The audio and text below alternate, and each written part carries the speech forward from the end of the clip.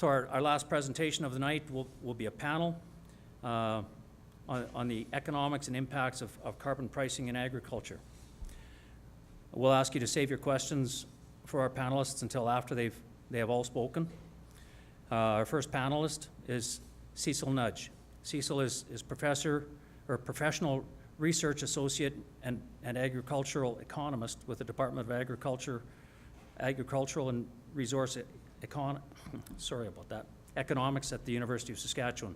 His research interests are in the rate of return to research and development investments of government and producer groups, as well as international farm competitiveness comparisons, environmental work on valuing stored carbon, and estimating water use in Saskatchewan.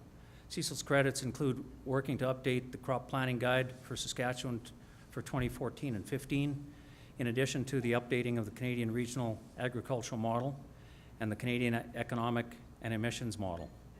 Please join me in welcoming Cecil to the panel.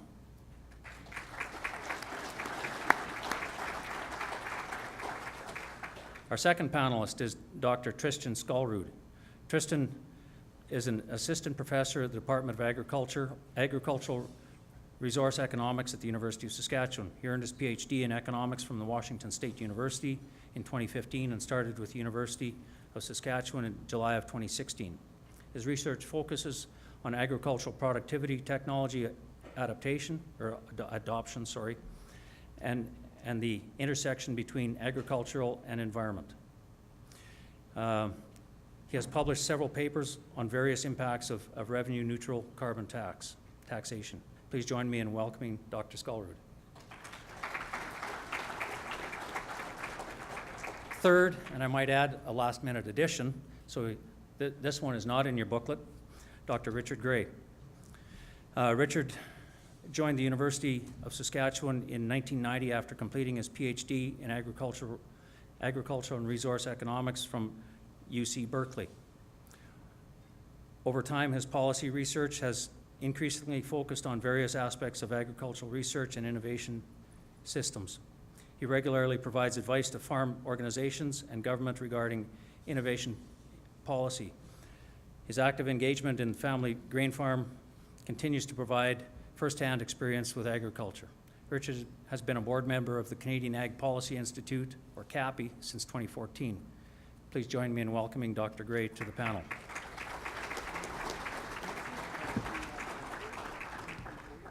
Yeah, over and more.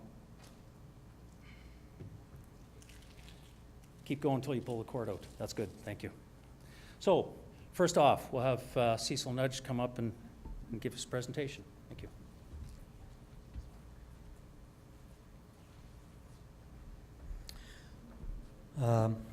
Okay, I'll be basically looking at some recent research that we've been doing at U of S with some of my colleagues there. The rate of return to the adoption of zero tillage in Western Canada. I'll give you a brief rundown of what we've doing at the Agra benchmark, international farm competitiveness, and how that might look for how that might change with carbon pricing models or regimes that are introduced all over the world and in Canada, and then look at some work we've done on precision agriculture, big data, and some robotics that we've done this last spring here. First off, I guess it was about 10, 12 years ago, and actually in the room next door, it was decided that it'd be a good idea if we actually put some numbers to this, to the benefits and costs of zero tillage adoption in Western Canada.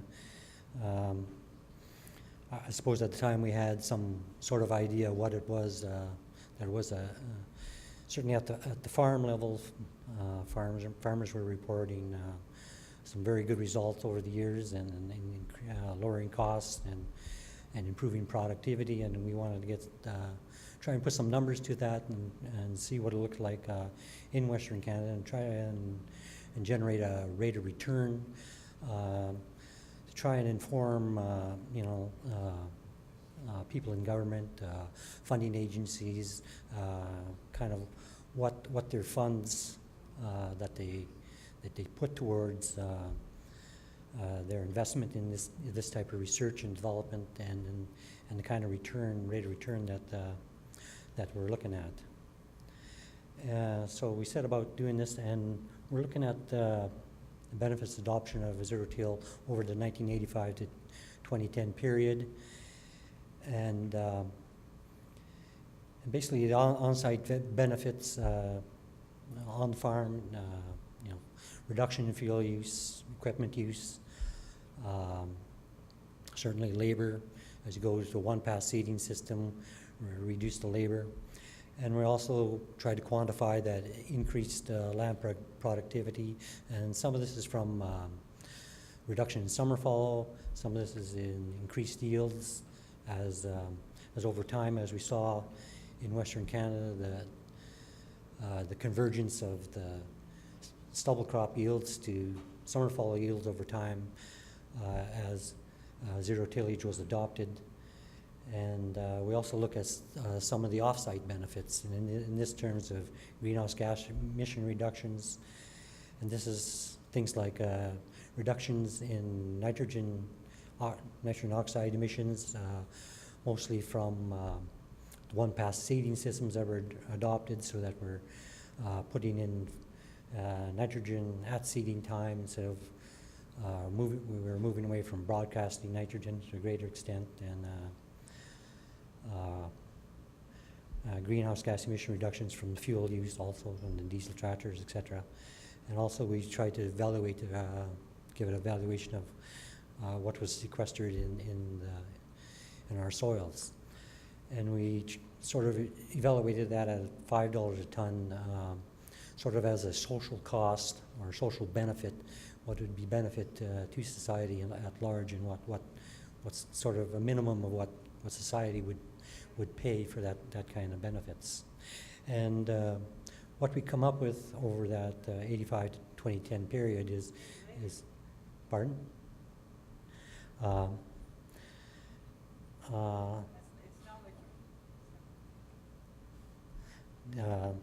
On-site benefits of $23.4 billion in 2014 dollars, and off-site benefits of $1 billion, of which 417 million were emission reductions. In terms of return on investment, what we looked at is what if these investments in zero tillage R&D and extension were delayed by 5 years, so that we get sort of an actual and a counterfactual case, so that we could estimate that benefit. And what we come up with is a benefit cost ratio of for every dollar that was invested, we're getting $60 back in terms of benefit from our investments. And that's with the 5-year delay in if R&D investments were delayed by 5 years. We looked at a 2-year delay on that, and it comes out to around $23. So even at the $23 for every dollar you invested, that's a fairly significant return on your investment.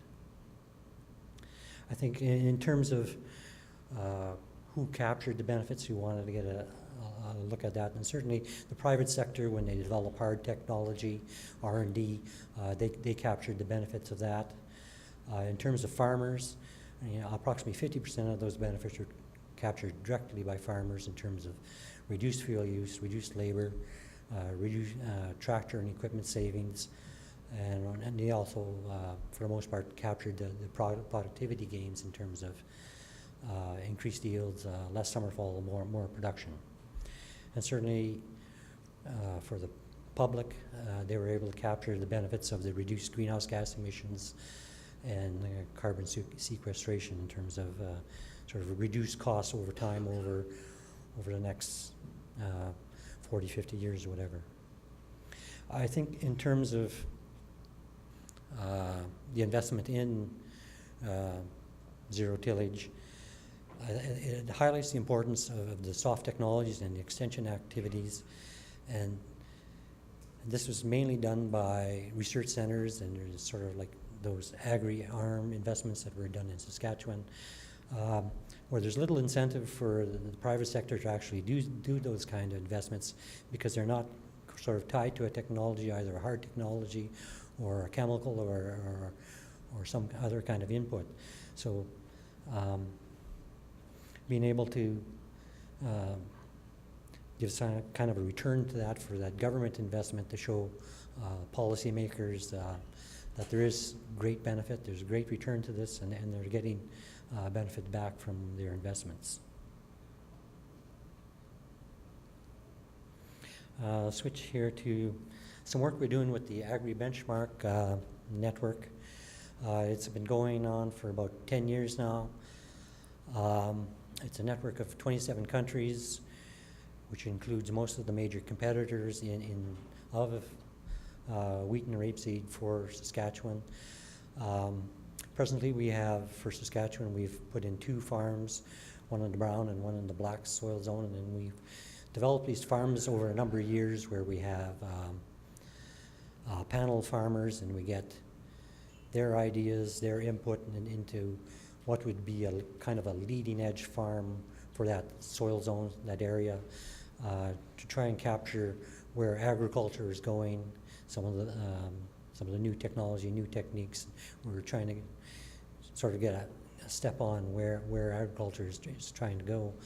And basically, after developing this over a number of years, trying to get all the countries on sort of the same page in terms of accounting principles and especially what's capital cost allowance or depreciation, how they do it sort of differently in every country. And so we have basically come up with 2009 to 250 results now, and we're working on 2016 results to come out in the fall, I guess. I guess in general, when you look at the different our different competitors over different countries, and in terms of input use on a per kilogram basis, they're very similar across the countries, and this kind of makes sense because in terms of if you want to produce a kilogram of wheat, there's some differences between the quality of wheat, but in terms of the N, P, and K to get that kilogram of wheat, it's fairly much the same percentages. And if you're looking at something like Germany, where although they're producing yields of 8 and 8.5 tons per hectare, and they're using more fungicides, and they're using more growth regulators, and et cetera, that extra yield kind of compensates for all that extra input use, and basically all on a per kilogram basis, they are across all countries. They're very, very similar. I suppose also in terms of land rents, land values being paid, for the most part, they reflect productivity in the areas that the farms are in the different countries. Probably with the exception of the Ukraine and Russia, which they are still trying to work through the collapse of the old Soviet system and how land was divided up after that, and so that is kind of they have some really, really cheap rents compared to us.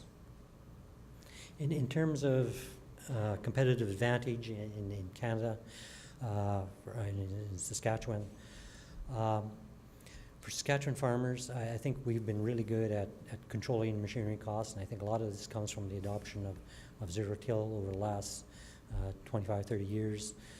Certainly the larger farm size, larger size equipment, fewer field operations when we go to the one-pass seeding system certainly helps keep our costs low and keep us very competitive with other countries in our network.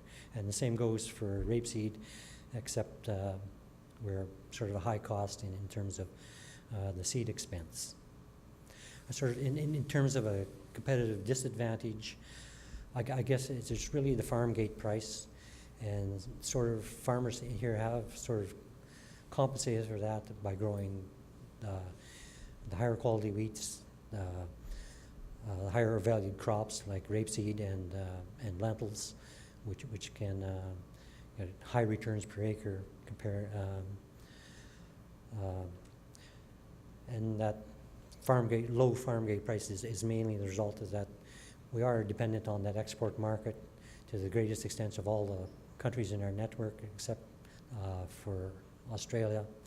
And we are a long, long way from port. I mean, if you look at our competitors, Germany, their extensive canal system, river system, and within a short drive, a couple hours of trucking, they're at the end use. They're right at the end use of where their wheat is going or the rapeseed's going to a crusher or whatever. And in terms of that's one of the I suppose one of the big disadvantages for Saskatchewan. And then again, switching to where we looked at precision ag, big data, and some robotics that we did a study this spring. I think in terms of precision ag, you're looking at sort of a greater refinement in the use of crop inputs. And from talking to farmers who have adopted it, most of this will be sort of marginal impacts. I think we're seeing so far just a shift from the hilltops, applying nitrogen on the hills, and we're just redistributing that nitrogen and those crop inputs across the landscape to get a bigger bang for your buck, I guess, and get a higher rate of return. I suppose that has some impacts on carbon.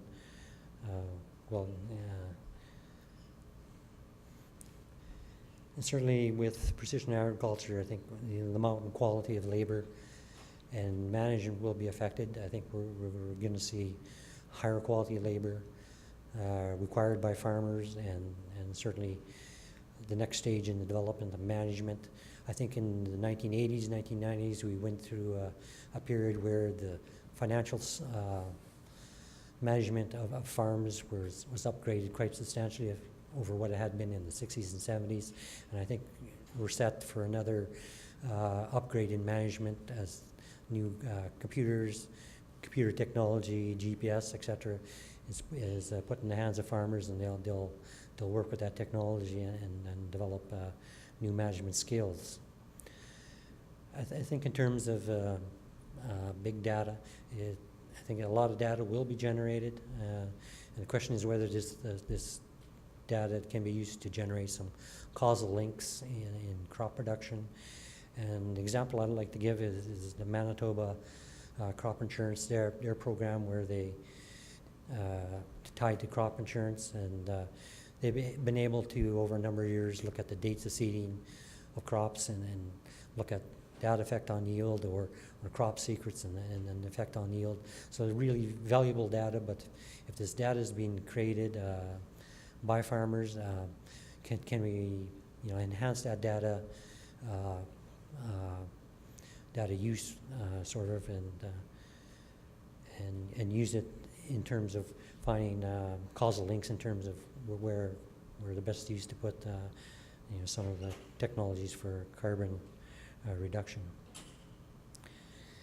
I think in terms of policy, I think it's really important when we look at the adoption of ZeroTill, the role of the different institutions have played in the private sector, certainly the government funding agencies, Ag Canada, research centers, the Agri-Arm,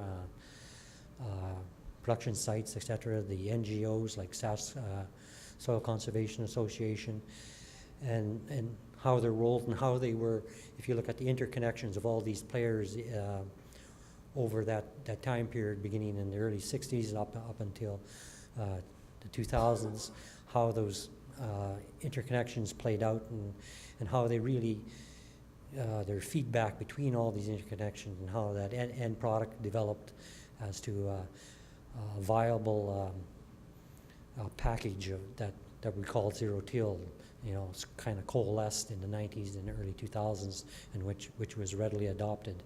and kind of great success, and how that might be a useful model in time, sort of trying to set research goals and where we're going in terms of where we have to look for carbon reductions in carbon in our agriculture. Certainly, in terms of investment, I think we have there's a large potential for a large payback for investment in agricultural R&D, and in terms of where we're going to look for where we're going to put investment in carbon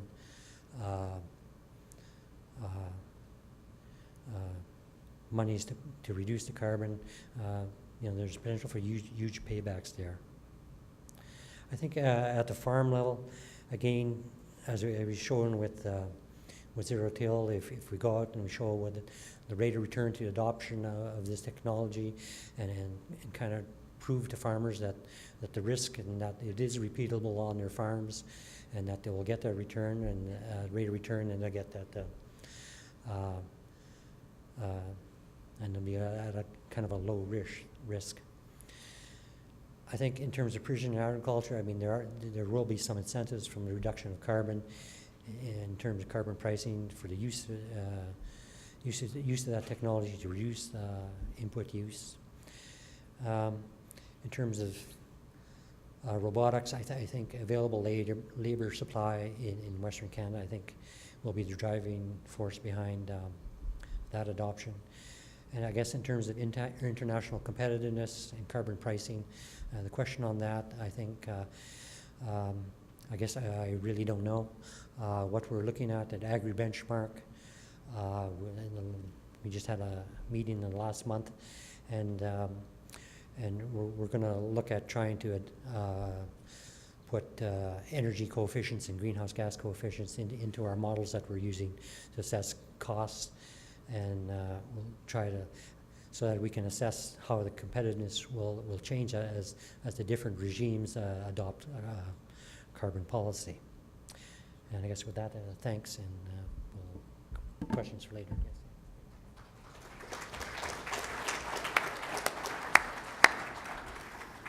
Thank you, Cecil. Dr. Skolrud.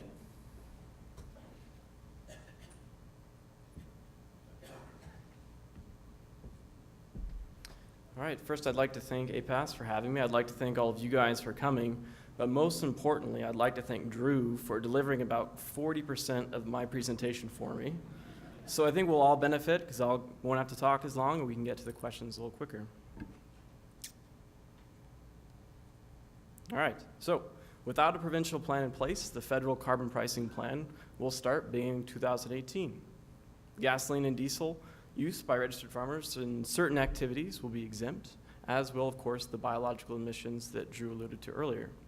This exemption will eliminate the direct costs, but a lot of indirect costs will still remain.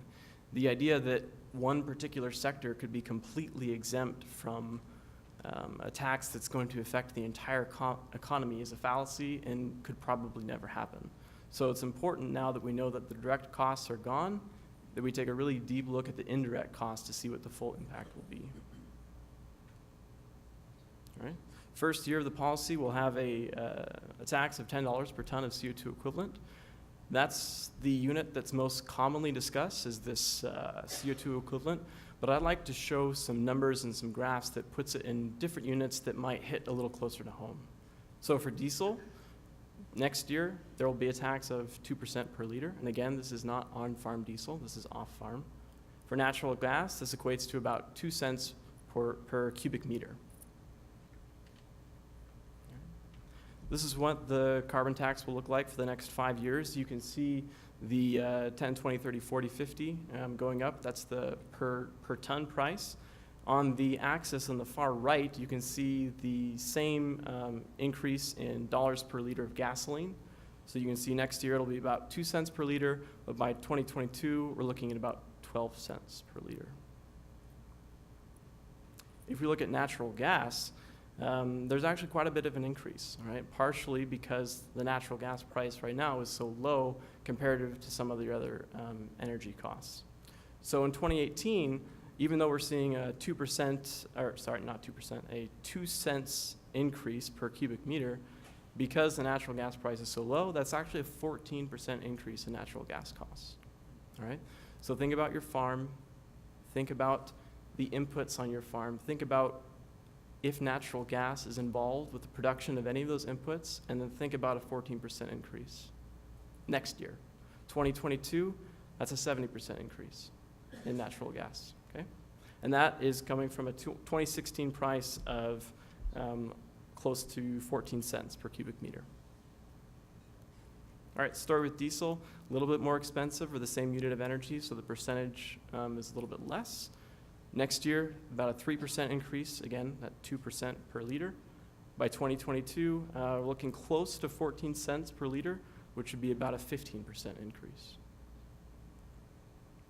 All right. So with those price increases in mind, let's have a look at some of the sources of some of the most significant indirect impacts. Grain drying, the first one that comes to mind, right? Natural gas price is a significant driver of drying costs, of course. So I've got a little example for you, and we can see how these grain drying costs might change as the carbon tax progresses. So assuming just a basic situation, you're trying to remove 2.5 pounds of water per bushel with an energy requirement of about 5,000 BTUs per bushel. A base natural gas price, that's the 2016 level of $3.65 a gigajoule. I apologize for all the different units, but when we're talking about natural gas, a lot of different units get thrown around, so I'll try and translate where I can.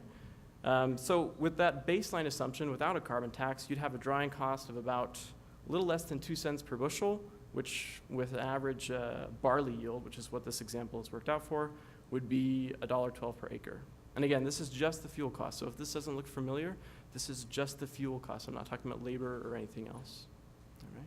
So if you go down to the table below this and we look at drying costs with the carbon tax added, 2018, if we're looking at dollars per acre, we're going to go from $1.12 to $1.29 in fuel costs, right? So it's a little bit, but not too much. By 2022, that cost will go up to $1.93, and that's just fuel cost. Okay? And I also want to make a small point that's more of a point for an economist, but this is what we would call a partial equilibrium calculation. And what I mean by that is that I'm not taking into account anything else that happens in the economy, okay? So keep that in mind as a caveat. Transportation, that's the other big source, okay? I'd love to have given you an idea of how much rail costs would increase, but I'm new to Canada, and I started looking into the MRE stuff, and I started talking to some of my colleagues, and I just stopped right there. All right, suffice it to say that there's a couple different ways that rail costs could increase, all right? There's a way that they could use what I understand is the volume-related composite price index, which is sort of a sense of what their costs are, okay, per kilometer. Carbon tax increases their diesel price, so it's a very one-to-one idea that I think most regulators would get behind. We know you're paying more for diesel, we'll let you increase the MRE because of that, all right? And speaking of the administrative costs that Drew alluded to earlier, rail is going to have a big headache on their hands because they are going to face different carbon prices in different jurisdictions, and they're going to have to back out how much diesel they used in each jurisdiction to figure out the appropriate carbon price that they're owed. All right? That's a lot of extra administration. Yeah, and someone's got to pay for that. All right, trucking. Trucking is a very competitive industry, and what that means from economists' perspective is that they have to pass on their costs, okay? As their costs will likely be passed on. And there's very little substitution, okay? If you're away from an elevator, you have to pay for trucking to get there, okay? So it's not like you can switch to something different because those costs have increased. So let's go through a similar exercise, all right? So we'll assume a truck with 1,000 bushel capacity. We'll assume fuel efficiency of about 33 liters per 100K, diesel price of 90 cents a liter, all right? So with those assumptions, the fuel portion of the hauling cost, okay, and again, not wear and tear on equipment, not labor, anything else, just the fuel. I've got around $30 per 100K, all right? And if you divide it by an average bushel, you got 3 cents per bushel per 100K. In 2018, that goes up marginally per 100K, up to a little over $30. By 2022, you're looking at over $34 per 100K. All right? And that's just in fuel cost. Other than those three main, so trucking, rail, and grain drying, there's a couple other indirect impacts that we've got our eye on. One of the big ones is fertilizer, right? Because natural gas is such a huge part of fertilizer production. We don't expect a whole lot of cost pass-through in that sector because the fertilizer market is so internationally integrated, okay? A Canadian fertilizer producer can't afford to increase its price without a customer deciding to go with fertilizer from another jurisdiction, okay? So fertilizer production is gonna have to eat a lot of that increase. And in some sense, they're in the same position as farmers. They compete internationally. They have a hard time passing on their costs. All right. There is reason to believe that lots of other inputs could see impacts because of this carbon price. Okay? And they'll be very, very hard to parse out. Can't go into all of them, but I can tell you how to figure out for yourselves how big those impacts will be. Okay? The first thing, think about how much fossil fuel was used to produce that product that you're using as an input. And then the second thing, think about that sector's ability to price their own output. Okay? Is it a competitive industry? Is it an internationally integrated industry? Are there substitutes available? Okay? If I am providing an input to a farmer and there is no substitute available, I can pass all of my costs on to them because there's nothing they can do about it. All right? So those are the factors that we look at when we're trying to assess indirect impacts that could come from a carbon tax. And why I'm so reluctant to put a number on how much a farmer should expect to pay in a certain commodity, in a certain soil zone, a certain distance from the elevator. Okay? The variation on that is going to be huge. One thing we can say, the further you are from an elevator, the harder it's going to hurt. All right, path forward. And this is where I can thank Drew, because I think that they're right on the nose in terms of what they have in mind. Okay? First thing, advocate for a sector level refund.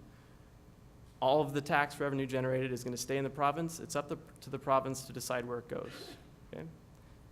An energy tax is what we refer to as regressive, which means that it typically impacts the lowest income consumers the most.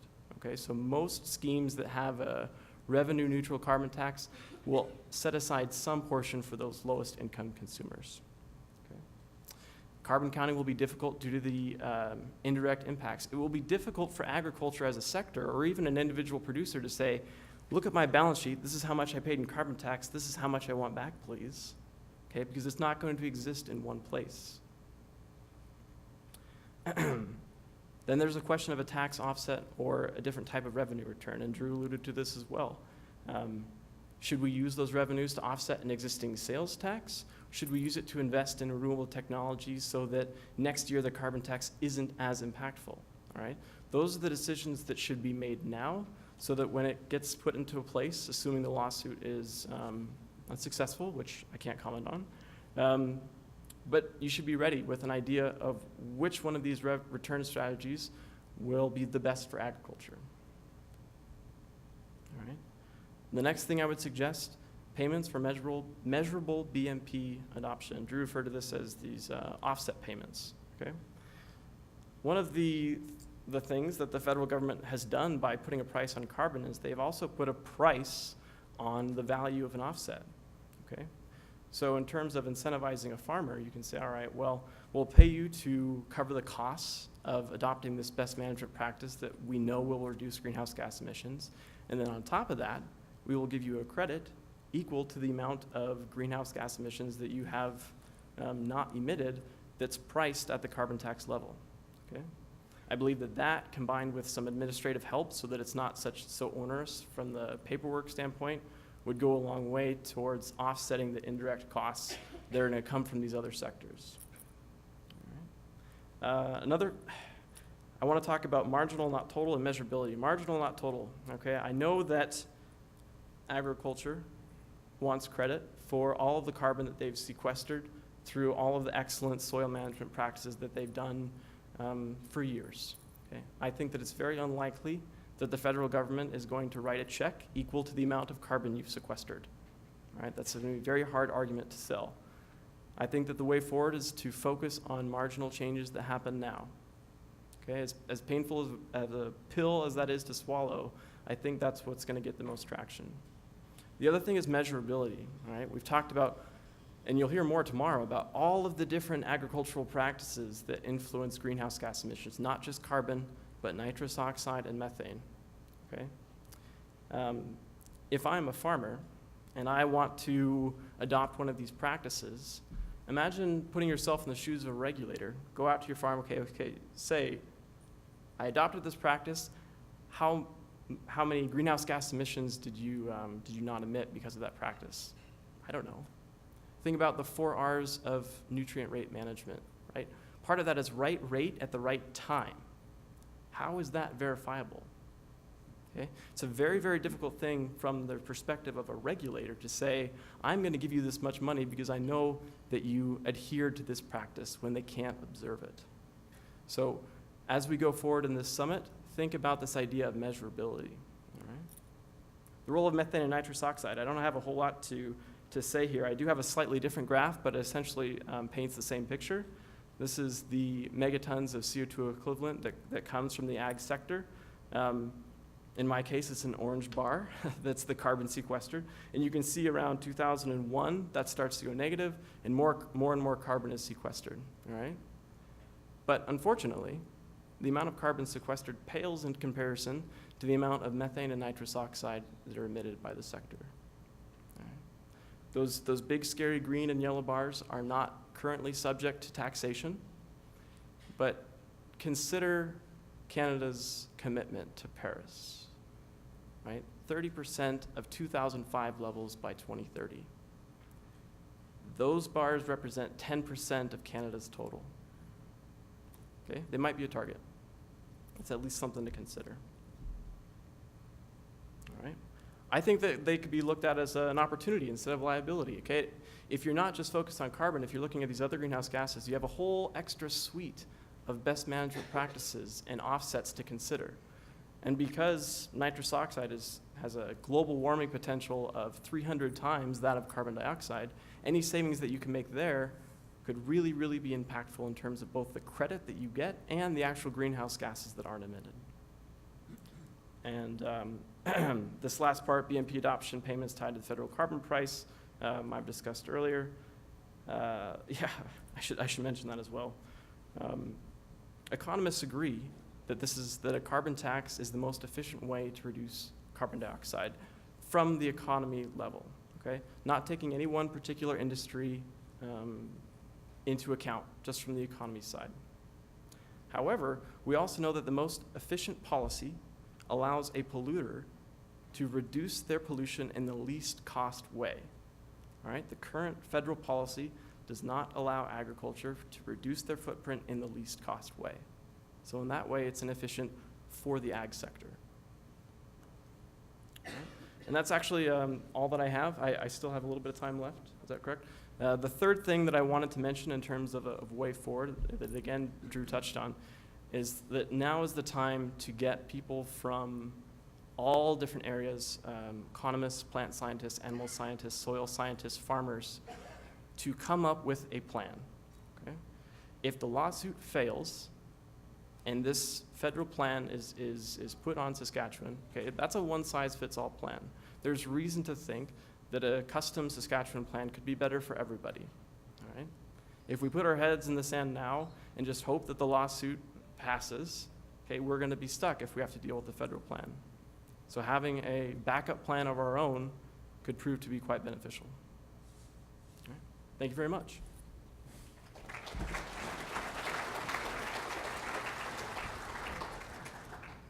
Thank you. And something that Tristan talked about was the increase of the MRE. April 28th, it was announced that it'll be going up 4.1%.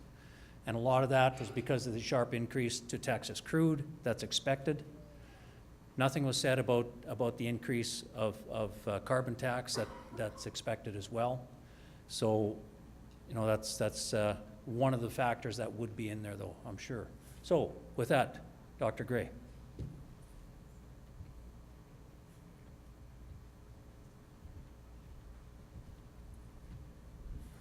Well, thank you very much. I'd like to begin by thanking APAS for the invitation, and it's a real pleasure to be here. Tonight, I'm going to be talking about something that's unconventional, and you'll understand what I mean by that when we talk about the accounting rules that the IPC likes to use and the convention that I would think they should be looking at least. As Tristan nicely highlighted, agriculture is about 10% of Canadian emissions. It's not going to go away. Agriculture will be affected. And it's really easy to start be thinking that carbon policy is going to be really bad news for agriculture. I actually think it's going to be the other way around. If it's done right, all these producers out there have land that is a huge solar collector that turns basically solar energy, sequesters carbon from the atmosphere. How that carbon is used is a different issue, but there's a lot of potential to sequester, use that sunlight, and I think as part of a renewable economy, we will see that eventually carbon policy will become the friend of farmers, and we'll talk a little bit more about that as I go forward. The current rule books for counting greenhouse gas emissions are established in two places. First of all, there's the Intergovernmental Panel on Climate Change. This was set up in the late 1980s, and they have specific guidelines for what counts as an emission, what doesn't count as emission, how it fits. And Canada has its national inventory that follows these guidelines. And you may think, well, that's the accounting system, and it's got to be, and it should fairly represent the carbon cycle or the greenhouse gas that are in the world. I'm going to talk about some divergences from that. I'm going to qualify my remarks a little bit. I'm not presenting finished research here tonight. I am raising an issue with the accounting system, which has two very different, somewhat incompatible frameworks. I'm not providing solutions, but I'm saying we need to work on this and think about what implications it has, because Canada has to live with this international convention and internationally, but we also have to get our own policies right if we're actually going to make a difference to greenhouse gases in the world, to climate change, and to our own economy. We have to get this right. And I think this discussion I'm going to perhaps start has some very important policy implications, and I think it's important to also mention that it could also be divisive. We start separating grain and livestock. We'll talk about that a bit more. Okay, so what's in those accounting rules from the International Panel for Climate Change, Intergovernmental Panel for Climate Change? All the CO2 that gets burned in fossil fuels that goes in the atmosphere within a country counts as a Canadian emission. All the nitrous oxide and all the manure, the methane that comes from manure and the methane that comes directly from livestock that goes into the atmosphere in Canada is part of Canadian emissions. They multiply the nitrous oxide emissions by 300 to account for its potency, and methane by 20 to account for its potency. And there's 6 greenhouse gases overall, so there's other greenhouse gases that are included in that framework. Sounds fair? That must be most of it, right? What's really interesting, and I'm going to talk about some of our compared to other sectors a bit. For example, emissions from exported Canadian coal and oil that occur outside of Canada are not part of our emissions. We can load a train full of coal and we can ship it anywhere in the world, and that becomes India's emissions. It's no consequence to us other than the energy or the emissions we had digging it out of the ground and transporting it to the coast. Interestingly, the CO2 emitted through breathing, if you think about it, remember we breathe in oxygen, we breathe out CO2, livestock does the same thing. That isn't included. And there's 8 billion people in the world. Sorry, I'm dating myself. Any CO2 that's emitted from the breakdown of biomass. If it's turned into methane, we count it. If it turned into CO2, we don't count it. It's just not counted. And as sort of an offset, it says, well, we're not going to count any CO2 that's sequestered from above ground plants that are, other than we're going to maybe count a little bit for forestry and what stays in the soil, because that stays in there for a while. But most of you have grown grain before. That grain's got a lot of carbon in it, and it's about a ton of CO2 if you actually burn it. So there's a lot of carbon that comes out of this atmosphere every year that you put into those grain bins that leave your farm. But you're pulling that CO2 out of the atmosphere, and that carbon, none of that's accounted for in this framework. So most of, I'm going to call it respiratory CO2, because that goes beyond this biological CO2 that we heard about earlier. Methane, nitrous oxides included, but none of the frameworks that I'm aware of actually deal with the respiratory CO2 that's related to the breathing of plants and animals and the natural carbon cycle, if you like. You have to do carbon accounting to get that, and I'm really happy that we're starting to begin to look at that, and I'll talk a bit about that. So a ton of wheat sequesters about a ton of CO2. And as per the IPC accounting rules, by ignoring it, the carbon that goes into that grain doesn't count, and any of the emissions that come from when it's digested doesn't count. So you say that's logical, it's part of a carbon cycle, it doesn't really matter. But if you start thinking about imports or exports or one sector versus another, it starts to matter a lot.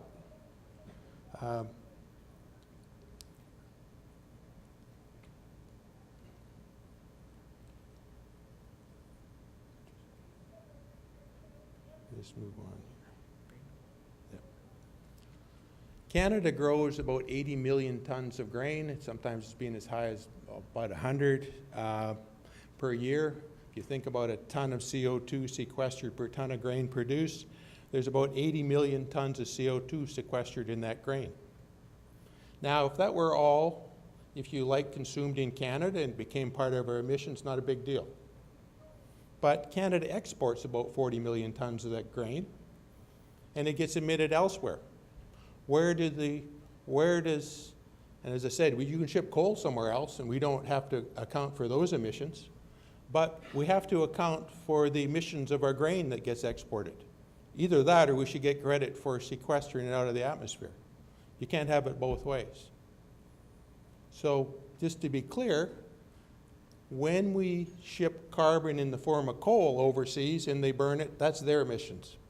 When we export carbon in the form of grain and it's emitted elsewhere, that counts here. And so I would argue this accounting system is two very different rules. By ignoring all this respiratory CO2, we're ignoring a whole lot of carbon flux and a whole lot of the carbon cycle, and we might not get our policies right in terms of what we're going to stimulate and what we actually want to do as a country. Right now, if I'm a producer and I put on more fertilizer, we just heard I may have to pay somewhat more for nitrogen fertilizer. Carbon tax is going to hurt me, right? But I might be also sequestering a lot more CO2 from the atmosphere and doing a good thing for the planet. And maybe that grain will eventually become a biofuel in another country and displace fossil fuels. Those are all good things. But if we ignore that, I might get taxed for it. So it's something to think about. So if you like, on net, Canadian grain production removes about 40 million tons of CO2 from the atmosphere if you put a bubble over Canada. The emissions take place, the 40 million ton that goes back up in the atmosphere happens somewhere else. But we pull down 80, 40 gets exported and emitted elsewhere. That, if you were going to use a consistent system, would be included in Canadian sequestration. It's 40 million tons, a big number. Well, in the national accounts, Canada emits about 72 million tons of CO2, but that doesn't include fossil fuel, doesn't include fertilizer, I'm not including that.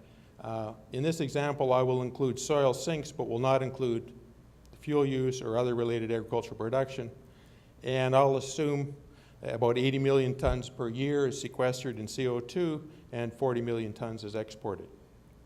Okay, these are official numbers here. If we look at enteric fermentation, that's from manure breaking down, etc., in the guts of animals, you've got about 25 million tons a year. Manure management is 9 million tons a year. Agricultural soils, that's the production that comes in soil and nitrous oxides, 23 million tons. Indirect use of limes and other fertilizers is about 2 million. Cropland sequestration, if you look at 215, takes about 11 million tons out of the atmosphere. So the total emissions for agriculture adds up to 46 if you calculate it that way. Now I'm going to add a couple more rows in this table: grain sequestration and grain emissions. Take away 80 million tons for the carbon that's sequestered into the grain, and I'm going to charge 40 million tons of emissions that comes from actually using 40 million tons in Canada. That does go back into the atmosphere, into the Canadian atmosphere. And once you do that, the bottom line for agriculture looks quite a bit different. It's now we're closer to break even. Of course, we haven't included fuel and the others yet, but it's a lot closer. The other thing, and this is where it gets a bit divisive, if you look at the IPC accounting framework and you compare the crops to livestock, you get the crops at about 12 million tons of net emissions, if you include the carbon sequestration in that. Livestock at 34, total of agriculture 46 million. But if you look at that respiratory CO2, you get a very different picture. The grain sector is the sector that's sequestering all the carbon, and so there's 40 million tons of net sequestration that it comes on the grain, or 80 on grain, but then you've got an additional 40 million tons of emissions from the livestock sector as these cows and chickens breathe, and which is an important number. And so the total agriculture is 6, but you get a very different look when you start breaking it up by sector. And I think it's really important that if we're serious about greenhouse gas reduction, we have to look at where the sources are and where their sequestration takes place, and think about our policies from that framework. It won't be easy. I don't think you'll get necessarily a consensus within the room very quickly, but I think it's worth talking about. Okay. The measurement implications, if we go with this other system, Canada looks like a larger emitter than it really is in agriculture. Agriculture, particularly crops, looks like a larger greenhouse gas emitter than it really is. And livestock production looks like a smaller greenhouse gas emitter than it actually is. And that's the pill to swallow. So policy implications.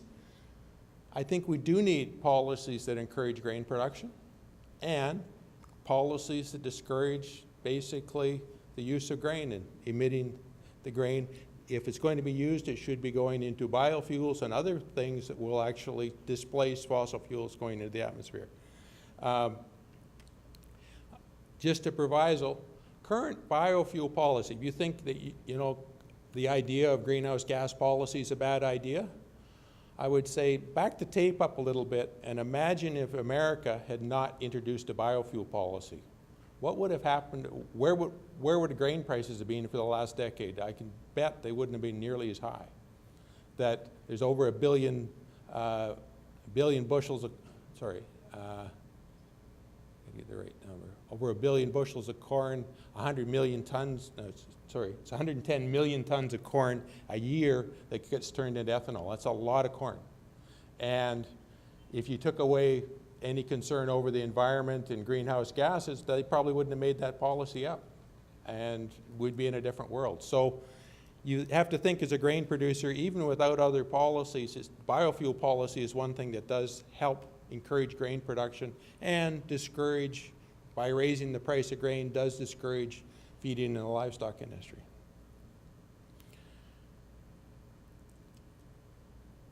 Okay. So if, the key is if the world price of grain does not adequately reflect the value of sequestered carbon in grain, we need to find other policies to encourage the sequestration of carbon in grain and discourage its use.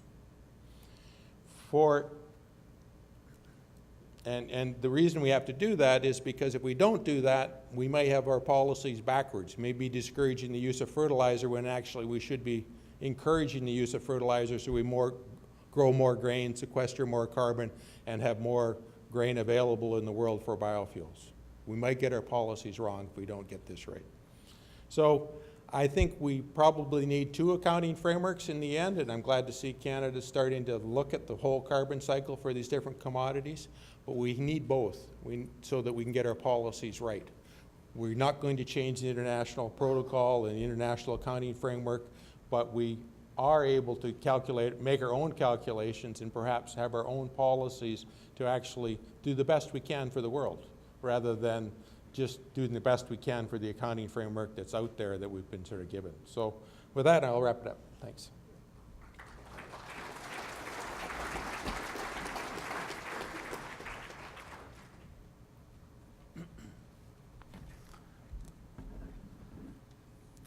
So thank you, panel. We now have time once again for questions from the audience. And once again, for those with questions, please approach the microphone. And when you're recognized, state your name. And if you are with an organization, state the name of the organization. And to accommodate as many questioners as possible, please pose one question and take your seat. So, go ahead. Yeah, go ahead. Dwayne Thompson from the representative of the Canadian Cattlemen's Association. For our last speaker, the 40 million tons of carbon that the cattle industry has been taxed with, I guess I would challenge you with lumping the rangeland and the forage land and the amount of sequestration that happens on those lands together with the cattle industry, and then balance those numbers out. Because I think, I'm no scientist, but I think the balance would, we may even be have a far greater contribution to the less carbon than what you've indicated there.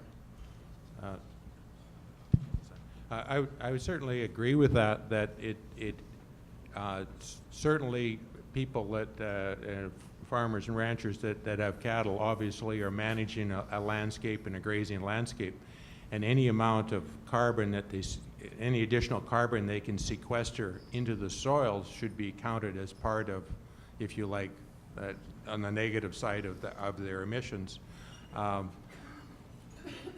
And as much as I would like to say, therefore, that will cancel out the fact that cattle are breeding and basically using biomass and using the energy from it and emitting CO2. I'd like to be able to say that will offset, but you would actually have to be improving your soils.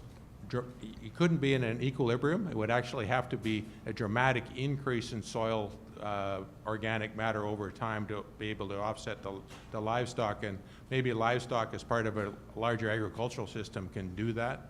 But I would think you'll have to look at each one. Each case will be separate, but it's important to, I think, do all the accounting to make sure that we get the incentives right. Go ahead, sir. John Bennett, Saskatchewan Soil Conservation Association. First, a comment. A long time ago, Richard, I read a number that Canadian prairie soils have lost 1 billion tons of carbon. We have exported that in terms of crop as well. But the question I have is this: why is it that in agriculture we accept 0 as a target? Now, we do have some great advantages of sequestration. We can consider it. But look at any other industry in the country, rail, manufacturing, anything you want. 0 is not their target. It's a reduction. So why should we, in agriculture, embrace the concept that 0 is our target. Any comments on that? I wasn't suggesting necessarily we accept 0 as a target, but I guess where I'm coming from is that if, in fact, world greenhouse gases are going to stabilize and we have to go to what they call a net zero carbon economy, it means we're going to have to use a lot more renewables. And the renewables will come from one sector, or a lot of the renewable forms of energy will come from one sector, and that's agriculture. So I would hope, actually, agriculture may end up on the negative side of that balance sheet and profit from it. Because, you know, you think about if in fact you get even a $50 a ton price of carbon, in theory, if you're sequestering a ton of carbon into grain, it should increase its value by $50. So I think there's reasons, a reasonable possibility of profiting from it. I think part of the discussion comes around, part of the debate comes around is the legacy of this accounting system. If all we look at is what the fossil fuel component, and we ignore the big component, which is the CO2 that we pull from the atmosphere, we're missing most of the action. And I think that's the root of some of that problem. Go ahead. Thanks, Norm. And thank you, gentlemen, for your presentations. Well done. Mike Say with Ag West Bio here in Saskatoon. Question for Tristan. You suggested the nitrogen fertilizer manufacturers might be captive to this carbon tax in the same way that farmers are. And I won't ask you to speculate, but would you consider that maybe they're more portable than farmers, and we might be at risk there if all the farmers start buying nitrogen fertilizer elsewhere? Those nitrogen fertilizer manufacturers aren't going to be well supported. They can easily take their business elsewhere too. I would absolutely suspect that as the carbon tax increases, that nitrogen fertilizer producers would move to a jurisdiction where it's cheaper. And we don't have to restrict ourselves to just thinking about carbon tax and thinking about situations where that's happened, because think about jurisdictions with higher wage rates, right? We've already seen this happen. We've seen an exodus of manufacturing jobs to China, lower wage rate. We might see an exodus of fertilizer production to the United States, lower carbon rate. The amount by which that exodus happens or doesn't will depend on the carbon price and the ability of the nitrogen producing sector to pass that price on, which, like I said, I don't think they'll have the ability to do that. So if I was a mobile nitrogen producer and my costs were going up in one jurisdiction, unless there was an incentive to keep me here.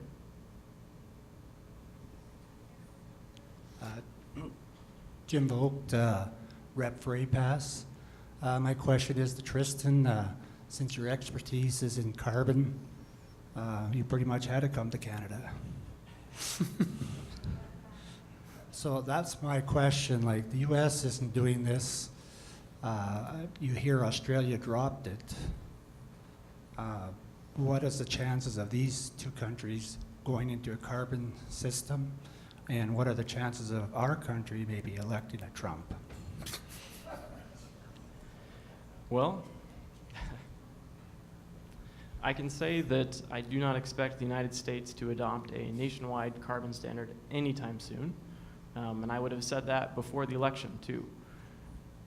The way that it's working down there right now is that individual states are trying to go forward. So it's essentially Canada in 2008, right, where you've got certain provinces trying to go forward by themselves. California has already made the step. I was involved with some analysis of a proposal similar to this in Washington State that was ultimately unsuccessful. Most of those jurisdictions and programs have exempted agriculture in the same way that Canada is electing to. It's difficult, right? Because Canada has agreed under the Paris Accord to make these changes. Economists would say carbon tax is the best way to do it, but when you start to realize that maybe these other countries aren't going to honor their commitment, it makes it a lot harder in terms of international competitiveness. And honestly, there's just a lot more research that needs to be done on that side of things. Thank you. Ernest? Ernie Hall, APAS. For Tristan here, your example of grain drying got me thinking about, well, natural gas obviously, but I know our costs for grain drying is approximately half electricity.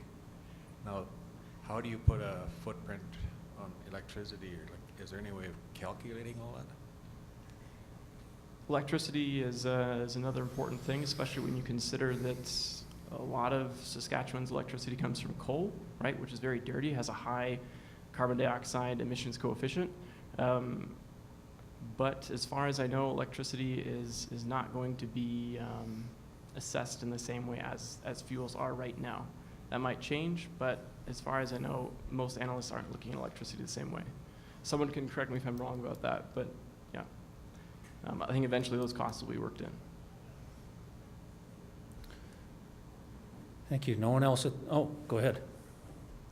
Hey, Devin Walker, RM472. So say in the global carbon world, one country is able to export a product with only $30 a ton carbon tax, tariff, whatever you want to call it, on it, and another country can do it for 20. Us Canadians start buying from the $20 carbon country. How does that impact free trade, other global commitments to trade? Will countries start fighting to gain our business or keep business? I guess that's one. And then another one is a lot of the people I deal with who aren't in this room, they say, well, where's all the carbon money going? I mean, everybody talks, so it's going to go right back to us, so then what's the point of having a counting system if we just get it back? And somebody stated that Alberta is giving 80% of theirs back. Drew, I think you just mentioned that. So the other 20% goes to windmills and solar farms, and that's supposed to make agriculture better.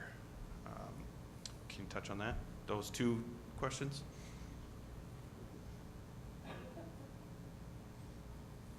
For the first question, that really gets to, I think, a previous question that was asked. So in terms of your example of $30 a ton versus $20 a ton, you know, I can't give you a number to represent how much movement I would see. But a place to start is to look at percentage changes in wage rates and see how many jobs that ended up changing, right? Labor is a bit more mobile than some of these industries would be, so that's going to be something to consider as well. And again, I hate to sound like a broken record, but there's just a lot more research that needs to be done. I think that we should have had the opportunity to do a lot more research about the effect of the carbon tax before it's been put into place. I feel like October 2016 to an implementation in January 2018 is very short with how modern research works. And I hate to say that I can't answer your question, but I think it should be answered, right? I think we need the research. And as far as the revenue neutrality issue, it's sort of a common misconception that, okay, if you're going to give the money right back to people, then why take it from them in the first place? And for those of you that are on Twitter, Brad Wall and Trudeau argued back and forth about this. I think Mr. Wall said something like, if we're going to just give it right back, why take it in the first place? And Trudeau said something like, well, you can just give it all back to ag if you want to, right? The way these types of revenue neutral policies work is that they affect the changes that occur before the rebate happens, right? So if you have the opportunity to pick between two products today, and one of them is a little bit higher because of the carbon tax, you'll switch to the other one, right? So when that switch happens, the tax is effective, okay? And then the revenue that's generated will be returned at the end so that there's no increase in government revenue because of the tax. All right, so it's a bit of a fine point, but there is a reason to have a revenue neutral tax. As far as where that money goes, that's a conversation that needs to start right now. All right, people have done different things. I could maybe do a little bit more of a follow-up on the first one.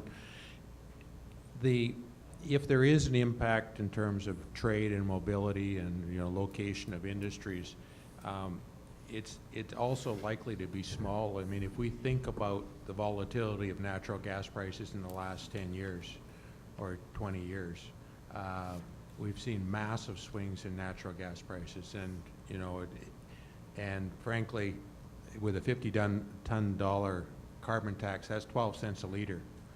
I think the price of gas changed 7 cents yesterday. I mean, what I'm saying is that we see these kind of fluctuations fairly regularly, and it doesn't put people immediately out of business one way or the other, and you don't get relocation. So if there is an effect, it will be slow, and it will be moderated by all sorts of other things. For example, where the dollars are being spent. If it comes back in an income support program rather than a energy rebate, how does that affect agriculture? I don't know. Thanks, Richard. Marion? Marion McBride with APAS.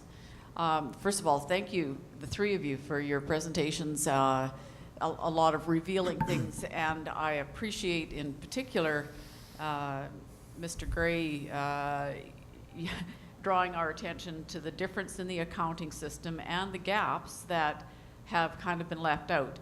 Going to Tristan's point that perhaps there should have been a little more study done before we went ahead and decided that we need to do something about it. And to your point also about, so how do we get it back? And is this just a make work project for some administration, as opposed, and frustration on the behalf of producers having to do the extra book work and people figuring that all out.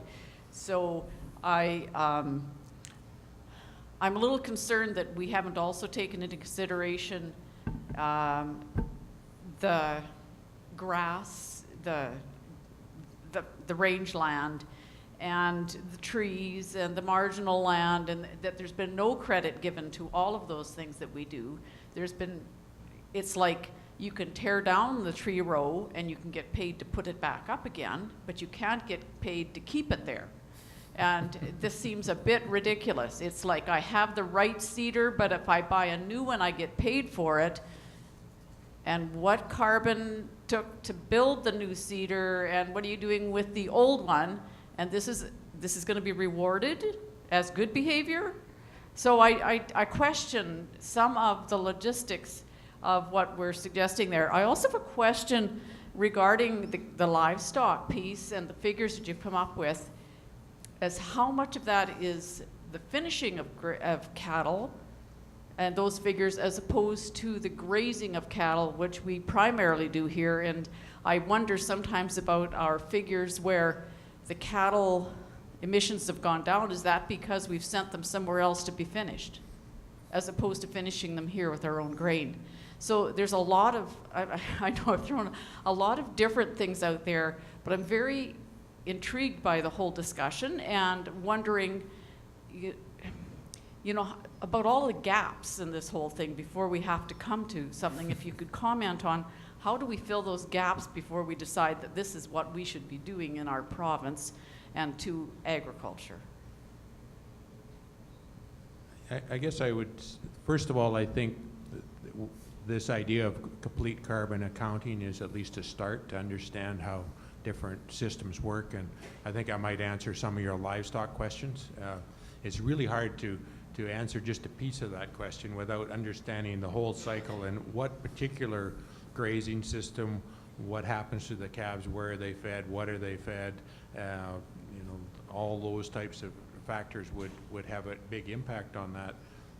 But again, I would just urge that we think about complete carbon accounting as well, in addition to the IPC accounting, which may give us a different answer. Thanks, Richard. Go ahead.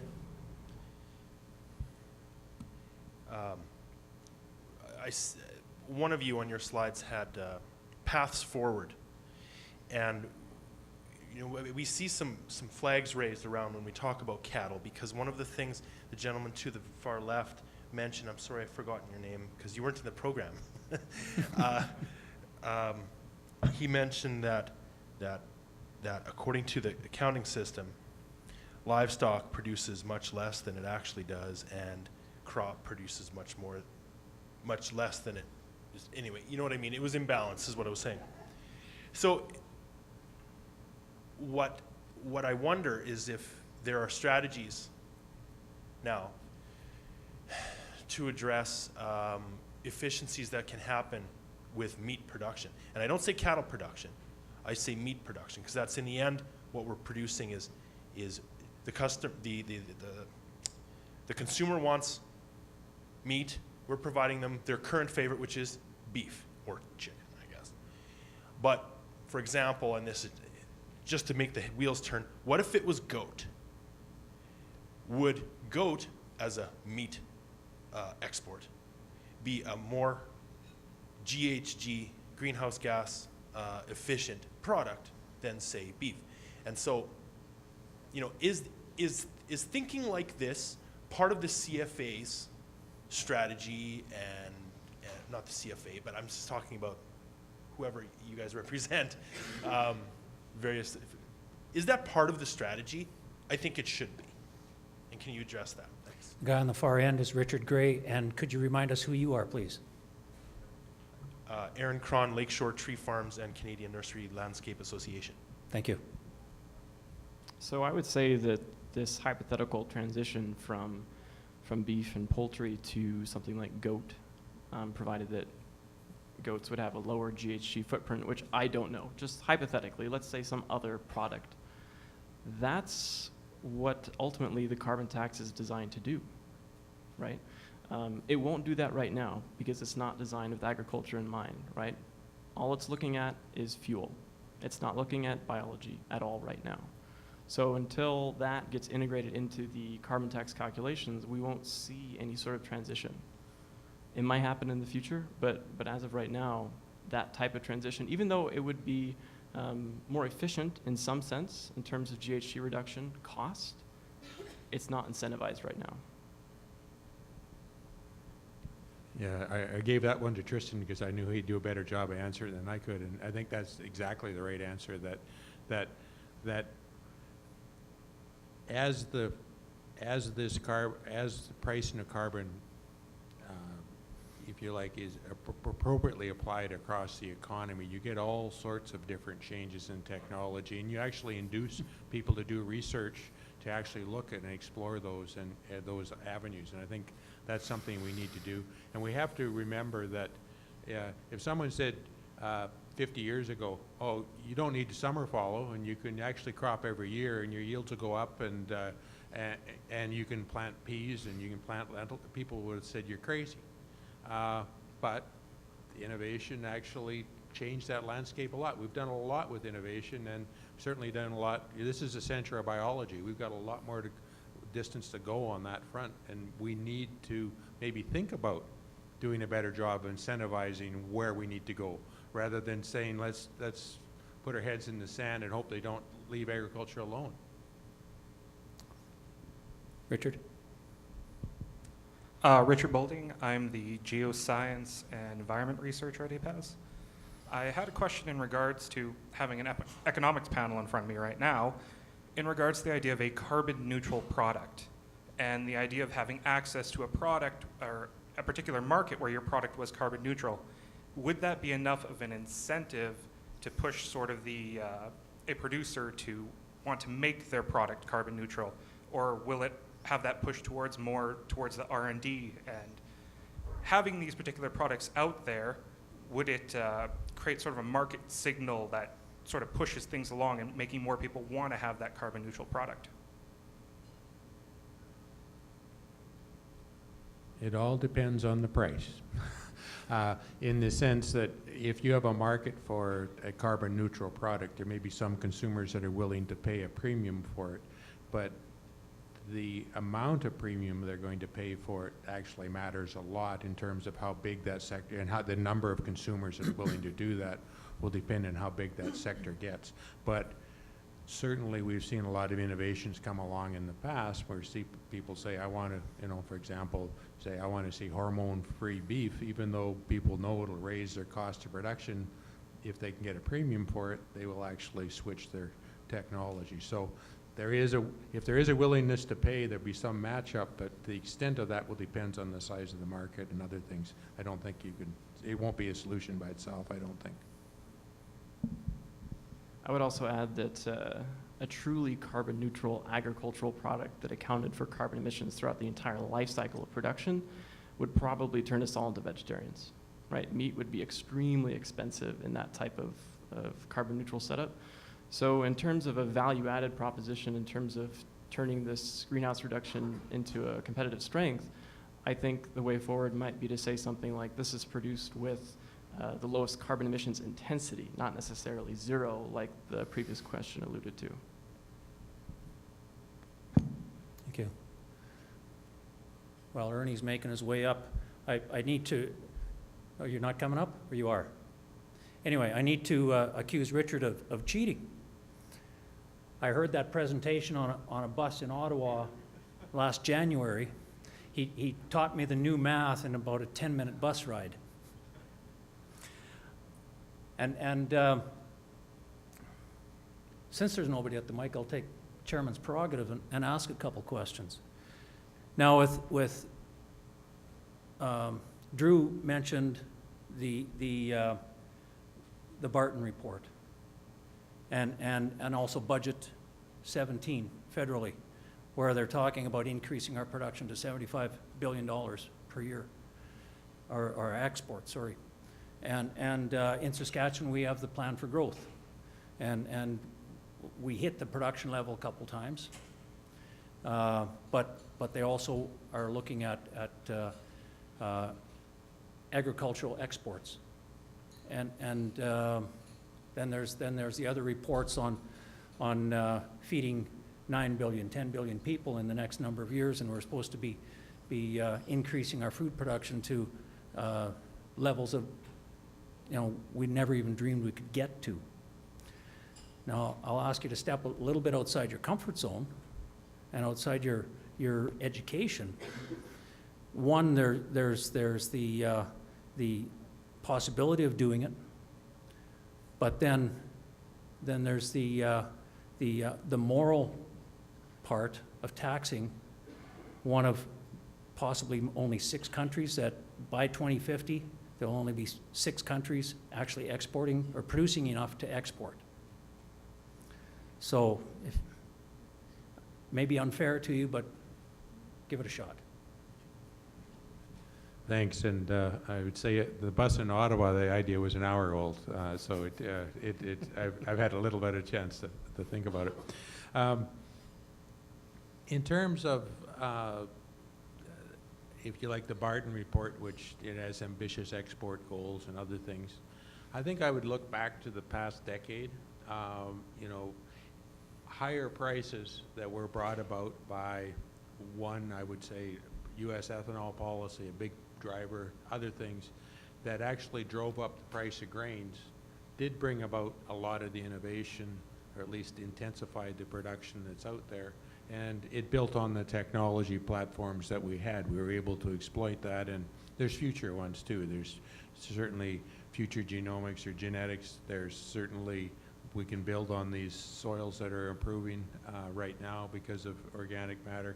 We can take advantage of precision ag and big data. There's other ways we can expand if there's an economic incentive to do that. So I guess I don't see feeding 9 billion people or creating a more renewable sector isn't going to happen at grain prices where it's uneconomic to produce. It has to be brought about by prices where, in fact, you have the incentive to invest in those technologies and grow that production. So I wouldn't view it as a tax. I view it as a real opportunity. And the more the world thinks about, we can't just pull fossil fuels out of the ground and burn them, we better think about renewable fuels.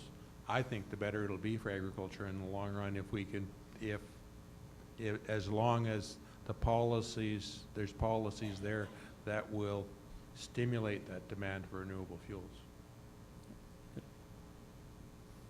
So I wanted to respond to the idea of continuing to try to increase production in line with those reports that you talked about. In general, and this is a bit of a technical point, so I'll do my best to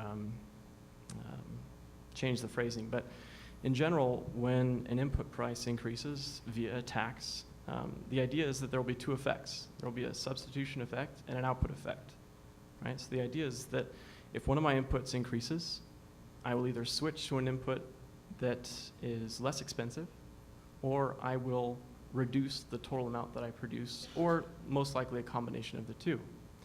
Now, when there's no other input to substitute into, which is the case of fossil fuels, right? What happens? It's all output effect, all right? So if you have an input price increase, you can't substitute anywhere else, output has to fall. That's just economic theory, okay? The way that the current carbon tax policy, the federal backstop policy is designed, that's the type of behavior that an economist would say it incentivizes. So without a provincial plan that allows for substitution or allows for a carbon tax that takes the intensity per unit produced into account, output is going to have a hard time increasing, keeping all else constant. So again, I'm sorry, it's a bit of a technical point, but it's important to keep in mind. Great, thank you. Go ahead, Heath. Heath Drager, Saskatchewan Wildlife Federation. It was previously mentioned here, we've made from APAS made a comment about rewarding bad behavior and habitat restoration. As I'm sure everyone is aware, habitat retention has way more value over habitat restoration. And I guess my question would pertain to this economic equation. How would landowners and producers in this province and organizations such as the Saskatchewan Wildlife Federation, APAS, Cattlemen's Association, how would they ensure that all aspects of this carbon sequestration becomes part of this economic equation going forward?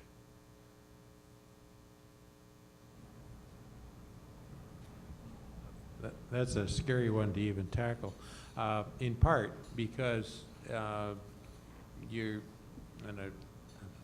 looked at property rights and landowners and other things in the past, and really what we're talking about is the landowners controlling a large stock of biomass that's in trees and other things, and about their right or about their incentives to break that up.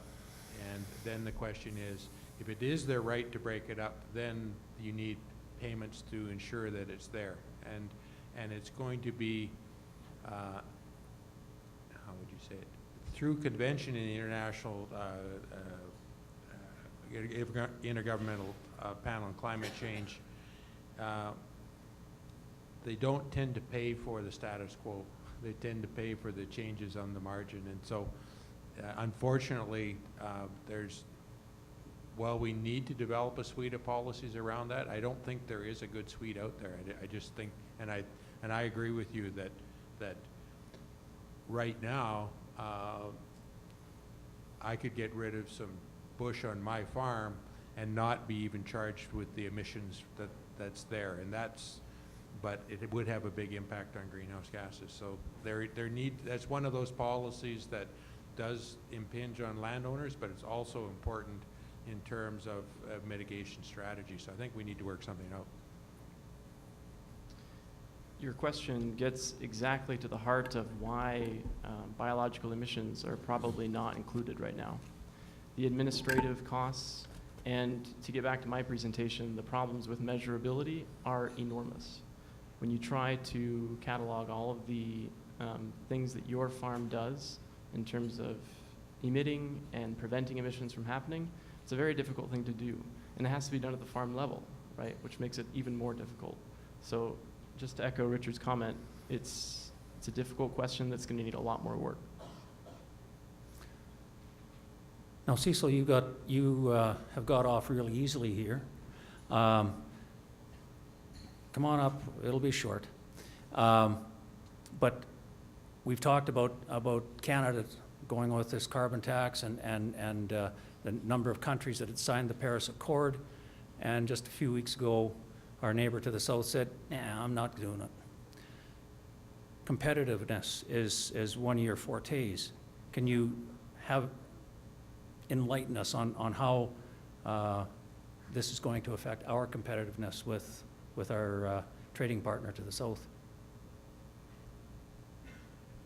Just speak. Yeah, I suppose, as Tristan did in his presentation, I think it'll really affect transportation costs. Already we've seen that we are sort of uncompetitive in that area. vis-a-vis our other major competitors around the world. I suppose where innovation comes in the Canadian economy as you go forward with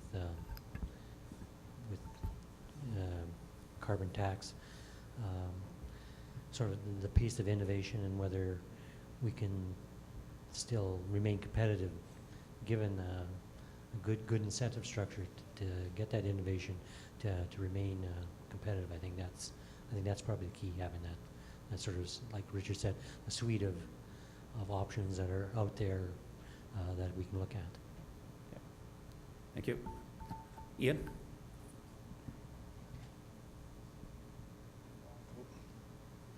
Ian Boxall with APAS.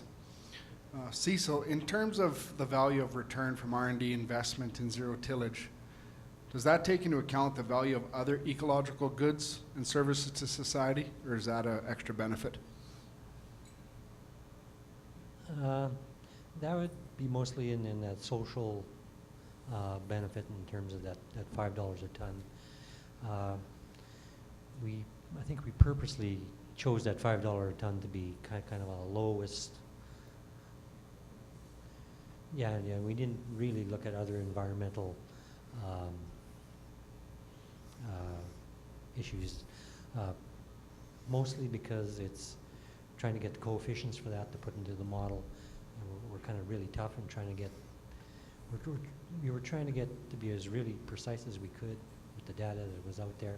If we had really good data, then I have no problem with trying to get some of those numbers, put them in the model, and evaluating those kind of things. And it's an important part, but again, it's got to be numbers and it's got to be verifiable, and some of the research just hasn't really been done, I guess, really. Thank you.